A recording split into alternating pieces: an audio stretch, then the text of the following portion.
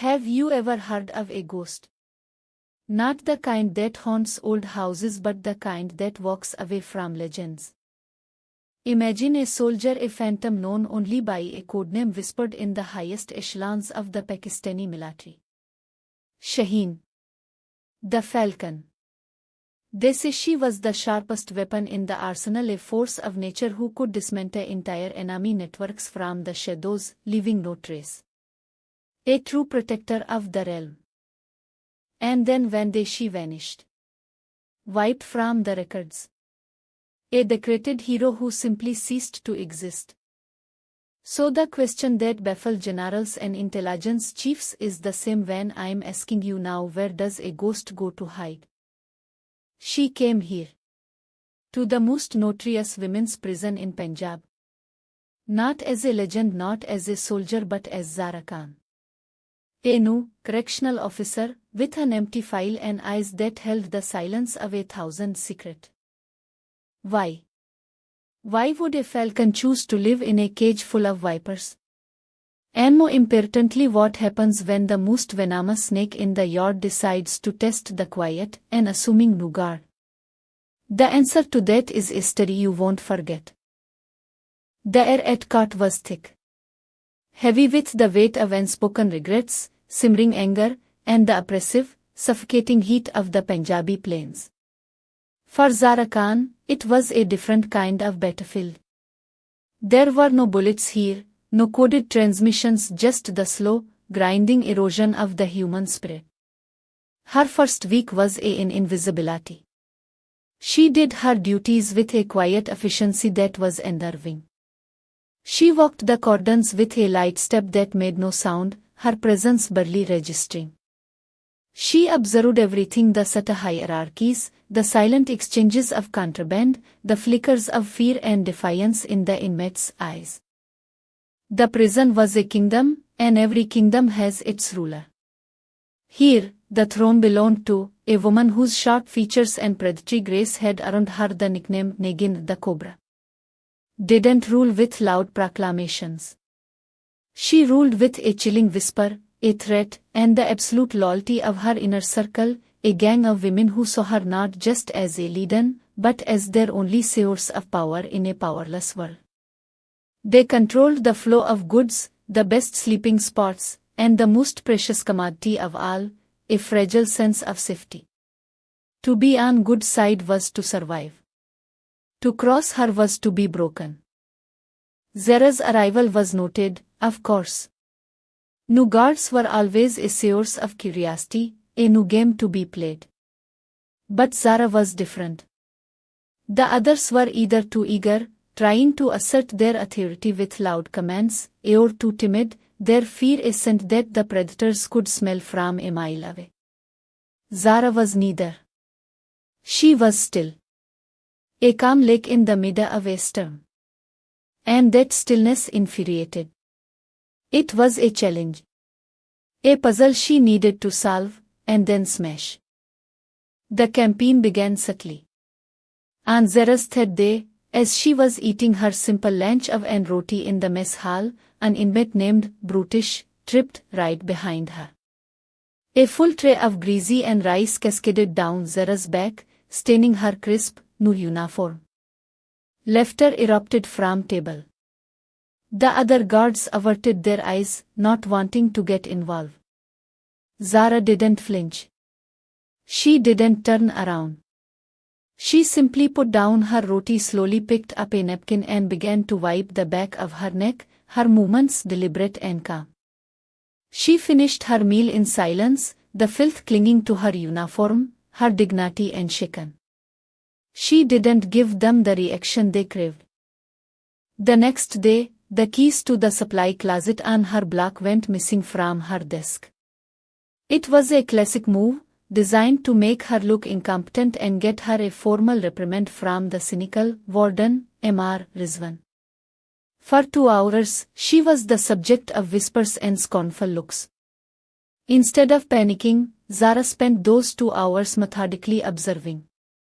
She watched who walked past her office, who talked to whom, who seemed a little too pleased with themselves. Then, she walked directly to a loose floor tile near the water cooler, a spot she'd noticed was scuffed and uneven. She lifted it. There, nestled in the dust were the keys.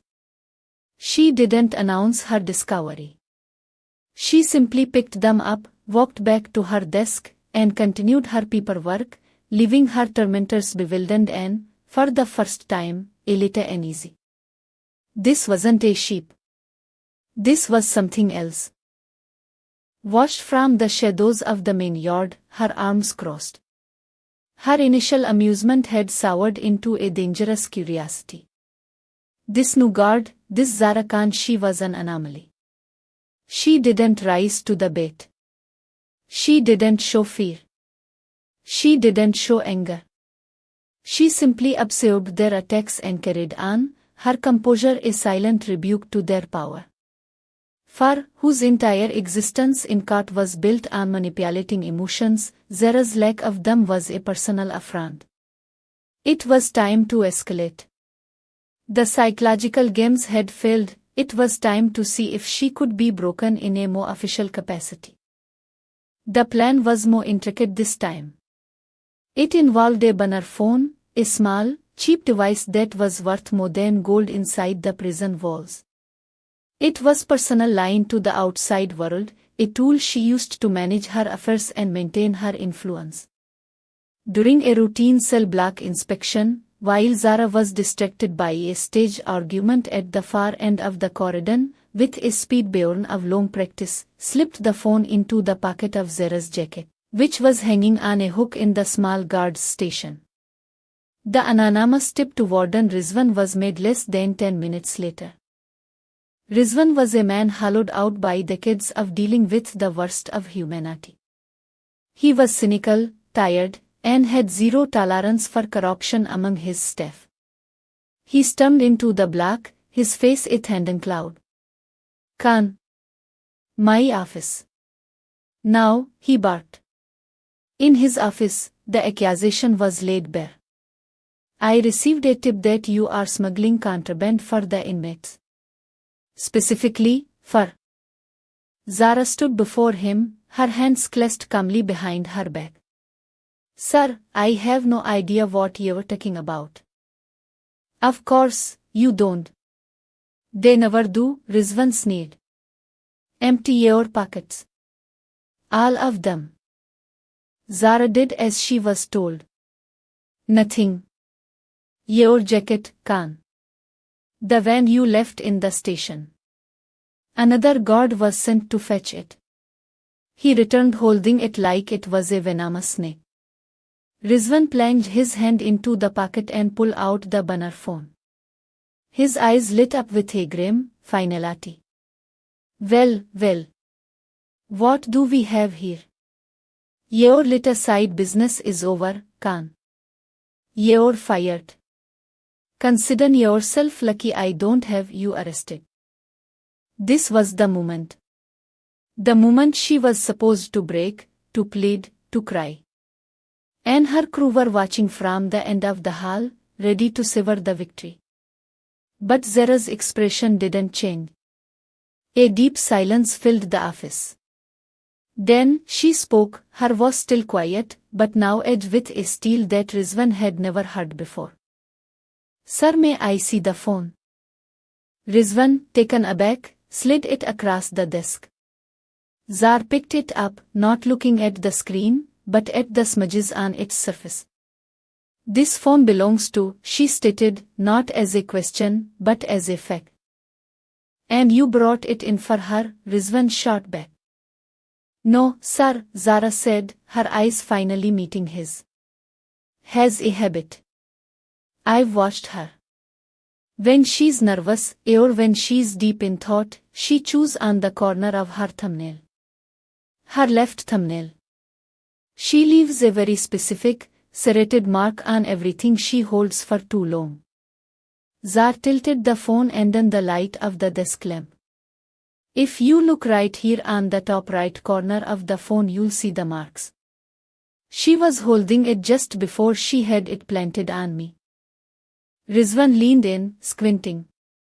There, faint but undeniable, were tiny, jagged indentations in the cheap plastic. It was a detail so small, so specific, that it was impossible to fake. It was the kind of detail a common criminal wouldn't think of, and a common guard would never, ever notice. Zara continued, her voice dropping lower. And another thing, sir. My jacket was hanging on the thread hook from the door. Everyone on this block knows I used that hook. It's routine. But who planted the phone is much shorter than me. To reach the pocket without being obvious, she would have moved the jacket to the lower, second hook. The guard who brought my jacket in can confirm which hook he took it from. A cold dread began to creep up Rizwan's spine. He looked at Zara, truly looked at her for the first time. This wasn't the pleading of a guilty woman. This was the cold, precise deconstruction of a setup, delivered by someone with an almost supernatural level of observational skill. He was no longer looking at a fired guard. He was looking at a complete and utter mystery. The game had changed, and, watching from the hallway, felt a shiver of true fear. She hadn't just tried to frame a guard. She had tried to cage a falcon, and the falcon was starting to look back at her through the bars. The fail sent ripples through the prison's ecosystem. The balance of power, once so firmly in grasp, now had a crack in its foundation. The inmates started watching Zara differently, not with scorn, but with a mixture of awe and fear. They gave her a widened berth in the cordons. The whispers that followed her were no longer mocking, they were filled with questions. Who was this woman? For her part, became more withdrawn, her public displays of authority replaced by a watchful, simmering silence. She knew she had underestimated her opponent, and the public nature of her failure had cost her. In the brutal world of Kat, perception was reality, and the perception was that the Nagin had struck at a mongoose and missed. The tension needed a release, a physical confrontation to settle the new, unspoken hierarchy. The opportunity arrived in the form of a young girl named. She was barely 20, convicted on a minor drug charge, and utterly terrified. Her wide eyes and trembling frame made her the perfect target, a lamb to be sacrificed to reassert dominance. The message had to be sent, despite the setback, was still in charge. The confrontation happened in the laundry room, a hot, steamy cavern filled with the hiss of presses and the smell of harsh detergent. It was a place with few guards and poor visibility. Was folding sheets, her hands shaking, when crew, led by, surrounded her. Look what we have here, sneered, her voice dripping with predatory glee. Fresh meat. You know, in here, you have to pay a tax. For protection. Shrank back against a wall of industrial dryers. I don't have anything. Oh, you have something, said, stepping closer. You have your dignity. And you're going to give it to us. She reached out to grab arm. That's enough. The voice was quiet, but it cut through the humid air like a shard of ice. Zara stood at the entrance, her arms at her sides, her posture relaxed. She hadn't been on patrol in this section, but she had anticipated this.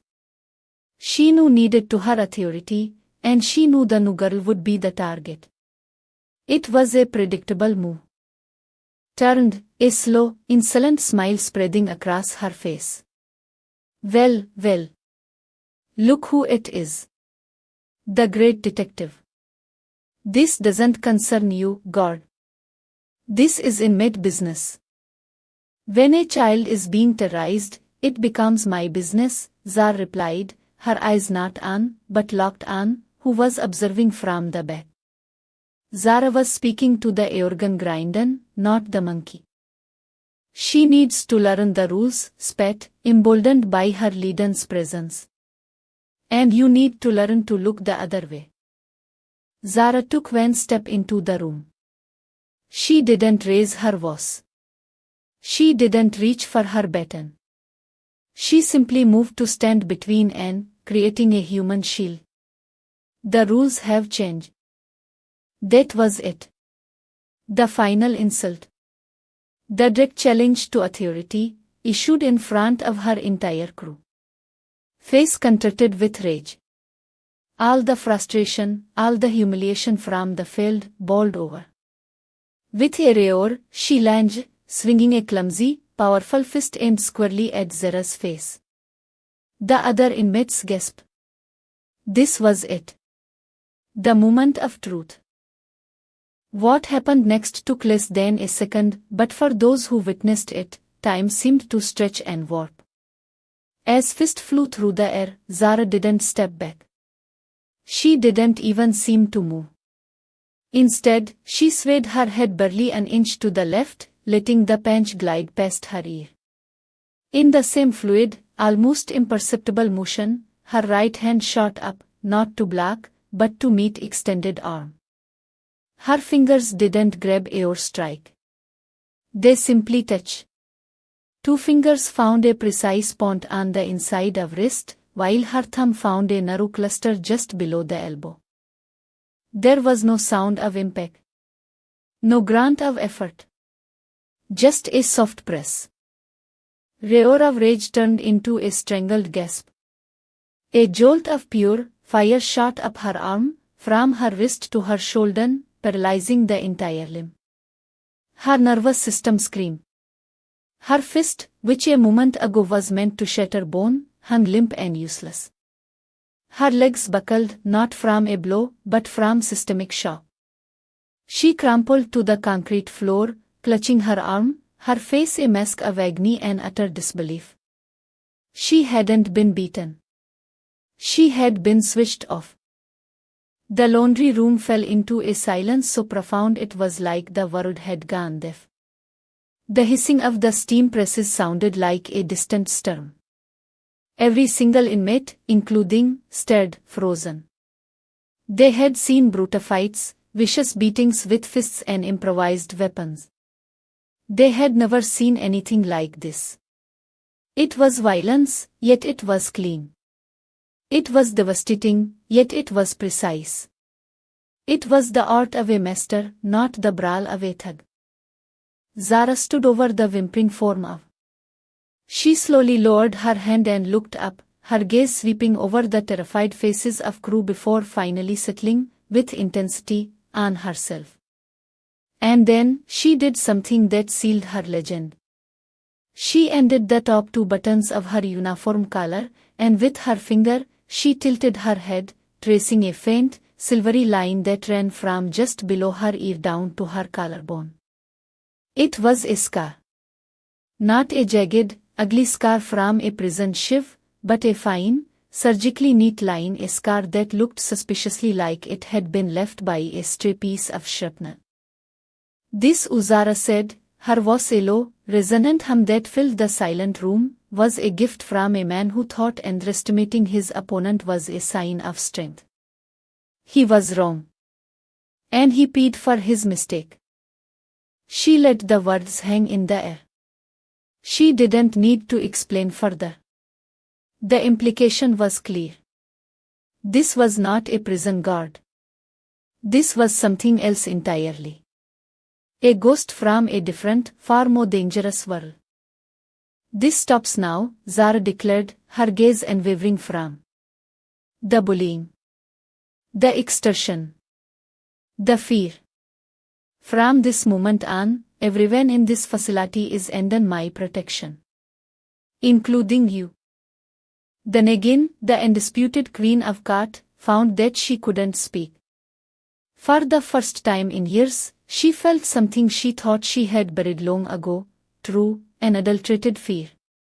Her power, built on a carefully crafted illusion of brutality, had just been effortlessly dismantled by a quiet woman with a ghost's touch and a soldier's eyes. The kingdom had a new, silent ruler. The aftermath of the laundry room incident was a seismic shift in the prison's social landscape. The myth of invincibility was shattered, replaced by the terrifying legend of Zara Khan. Inmates no longer walked in fear of the Nagin, they walked in awe of the quiet guard who could disable a person with a single touch. The power vacuum left was not filled with chaos, but with a strange, watchful peace. Zara had not sought power, but it had been given to her, and now she had to decide what to do with it. Her methods were as unconventional as she was. She didn't patrol with a scowl or bark a orders. Instead, she started a study circle in the dusty, disused library. At first, only a few of the younger, more timid inmates showed up, including the girl she had protected. Zara didn't teach them from textbooks.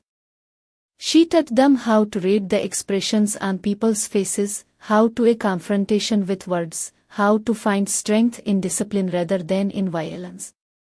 It was a class for the soul. One afternoon, she found sitting alone in the yard, a rare sight. The Nagin was without her coat, isolated by the fear she once wielded. Zara approached and sat on the bench beside her, leaving a respectful distance. For a long time, neither spoke. "They call you the Shaheen," finally said, her voice raspy, not looking at Zara. "The Falcon. A rumor from one of the olden guards who served in the army. He said he heard stories of a female SSG operative with that. A ghost." Zara didn't confirm or deny it. She just watched the dust swirl at their feet. "It's just a name. That scar, pressed, was Waziristan." Zara turned her head slowly, her eyes meeting. "Why are you the way you are?" she asked, completely changing the subject. The question caught off guard. No one had ever asked her that. They had feared her, hated her, obeyed her, but no one had ever shown an ounce of curiosity about the woman behind the monster. A wall she had spent years building inside herself began to crumble. She told Zara her story. A story of a poor family from a village, of being sold into marriage to a cruel man, of a single, desperate act of that landed her in prison with a life sentence. She had arrived at court young and scared, just like. She learned quickly that to survive, she had to become a predator, because the world was full of them. She had to become the Nagin so no one could hurt the girl she used to be. Zara listened without judgment. When finished, her voice thick with unshed tears, Zara spoke softly. "You built an army to protect yourself from a war that was already over. The person you're fighting is the man who hurt you, but you're dropping bombs on everyone else." In that moment, Zara wasn't a guard, and wasn't a gang leader. They were just two women, casualties of different wars, sitting on a bench in a prison yard. For the first time, saw a path that wasn't about domination or submission. Zara wasn't trying to break her, she was trying to show her how to put herself back together. The Shaheen hadn't come to cage the wolves, she had come to teach them how to run free. The true test of Zara's influence and transformation came not from within the women's block, but from without. A riot erupted in the men's wing, a violent, chaotic explosion of tensions. It was brutal and swift. The overwhelmed guards, including Warden Rizwan, were forced to fall back, effectively sealing off the men's section and hoping to contain the violence. But in the chaos, a fire broke out in the prison kitchens, which burdened the women's yard. Thick, black smoke began to pour into the women's facility. Panic ignited like wildfire. The clang of the riot alarm mixed with the screams of terrified inmates. The few guards on duty were young and inexperienced, their authority evaporating in the face of sheer terror. The women surged towards the main gate, a frantic mob that threatened to crush itself in a stampede. In the midst of the pandemonium, two figures became anchors of calm. Zara, her face set in a grim, determined mask, climbed onto a table in the center of the yard. Quiet. Her voice, honed by years of battlefield command, cut through the noise like a thunderclap. It wasn't loud, but it carried an authority that was absolute. The inmates, conditioned by weeks of her quiet power, hesitated. Panic is a cage, she yelled, her eyes sweeping the crowd. It will trap you and kill you faster than any fire. Now listen to me. Form a line. Wet any cloth you can find and cover your mouths. The west wall is farthest from the smoke. We will move there, together. But the mob was on the edge of breaking again. That's when the second anchor appeared. The Nagin pushed her way to the front. She didn't look at Zara. She looked at the women she used to terrorize. You heard her, she roared, her voice raw with a power they all remembered. You want to live? Then you listen to the Shaheen. Get the women from Black Sea. You too, help the olden ones. Move. Now. It was a pivotal moment. The old would have used the chaos to escape, to set a course, to seize power. But the new, the one who had spoken to Zara on the bench, chose differently. She used her influence, her voice, her power not to rule, but to serve. To protect. Her a gang who became a rescue squad, following Zara's commands with military precision, organizing the terrified inmates, helping the weak, and creating a cordon of safety through the choking smoke. Together, the Falcon and the Cobra, the soldier and the gang leader, guided over 200 women to the relative safety of the far wall, away from the spreading fire and suffocating smoke. They transformed a panicked mob into a disciplined unit. When Warden Rizwan and a squad of riot police finally broke through the gates an hour later, they didn't find chaos. They found the women of Khat, sitting in quiet, orderly rows, their faces smudged with soot but their spirits unbroken. And standing before them, side by side, were Zara and the guards stared, utterly speechless. They had come to quell a riot, but they had found an army. In the quiet that followed the storm, the story of what happened in the women's wing spread like a legend through the entire prison system. Warden Rizwan, humbled and deeply impressed, called Zara to his office. The cynicism was gone from his eyes, replaced by a profound respect. I pulled some strings, Khan, he said, his voice heavy. I made some calls. It wasn't easy. Most of your file is classified at a level I can't even access. But I know what you are. Or at least, what you were. An officer in the Special Service Group. A hero. He slid a piece of paper across his desk. It was a promotion. To Deputy Warden, with full operational control of the facility. This place is yours, if you want it. Run it your way. Zara looked at the paper, then back at Rizwan. She slid it back across the desk. Thank you, sir. But that's not why I'm here. She explained her true mission. After a decorated career, after seeing so much conflict, she had grown weary of fighting enemies abroad when there were so many battles being lost at home. She had seen how cycles of violence and poverty created victims who were then punished as criminals.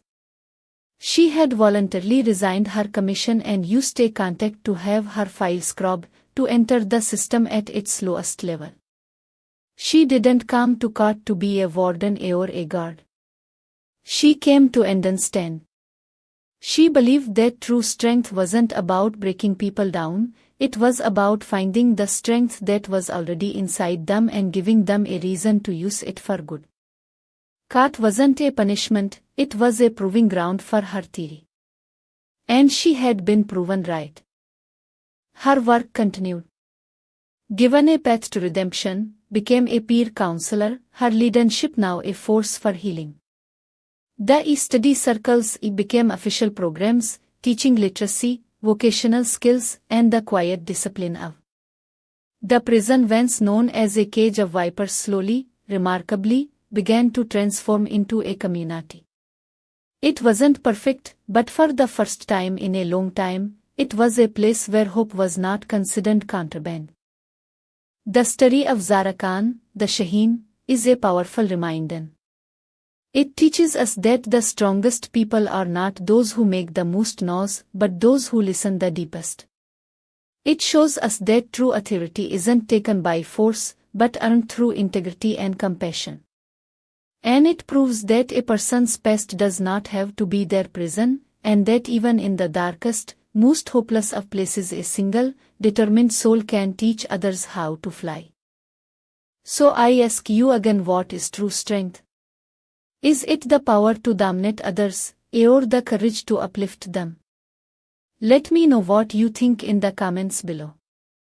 If this story of the falcon who walked among snakes and taught them to be eagles touched your heart, please do me a favor and share it with someone you know who might need to be reminded of their own inner strength. And of course, if you want to hear more stories like this, stories that challenge the mind and inspire the soul, make sure you subscribe to the channel and hit that notification bell. Thank you for watching.